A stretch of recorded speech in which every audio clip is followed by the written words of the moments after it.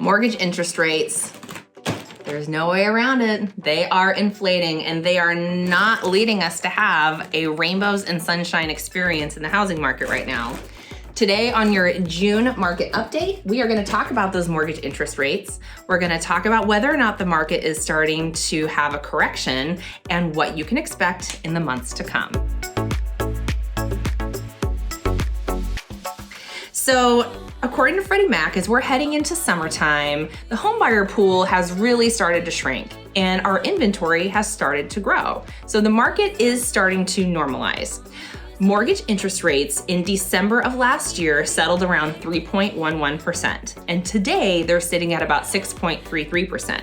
So they've more than doubled over the last 6 months, and that's a pretty rapid change. But that really changes your home buying power. And let's talk about what that looks like. If you have a $300,000 mortgage and you look at the mortgage interest rate back in January of last year, which was about 2.73%, that puts your mortgage payment at a little over $1,200.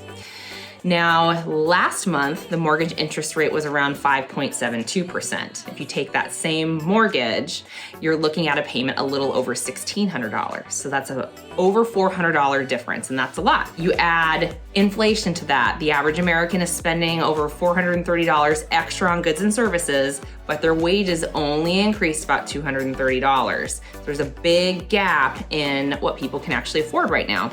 Actually changing the amount someone can spend on a home by about $40,000 to $41,000. So that makes a really big difference. So that leads a lot of people to asking, is the housing market in a correction? Well, the answer is no. According to Investopedia, in order for there to be a market correction like that, there has to be a decline in assets or financial markets by about 10%.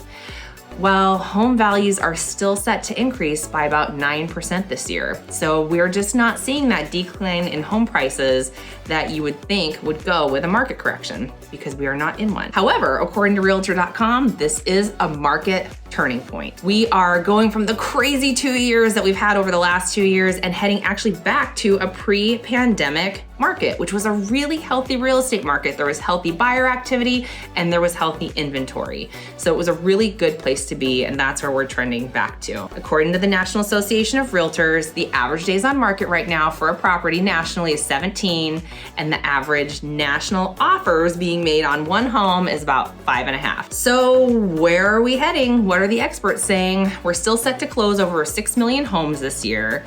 And a lot of that has to do with the millennial generation, the second largest generation coming in since the baby boomers.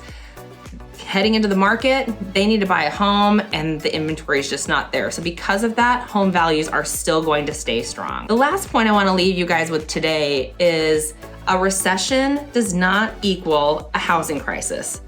The news media right now is just throwing out the word recession like crazy. And a lot of people think because of 2008, it automatically means that housing prices are going to decline. And that is not the case. If you look at this graph, since 1980, you can see where we had various recessions. And there was only 2 times during those decades that we had prices actually decrease. And one of them being 2008, where prices decreased by about 20%.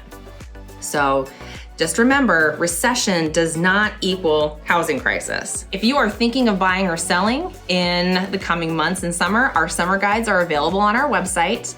And if you would like more up-to-date information about the real estate market, interest rates, tips for buying and selling, like and subscribe to our YouTube channel. And before I sign off today, I just want to say happy Pride. We'll see you guys next month.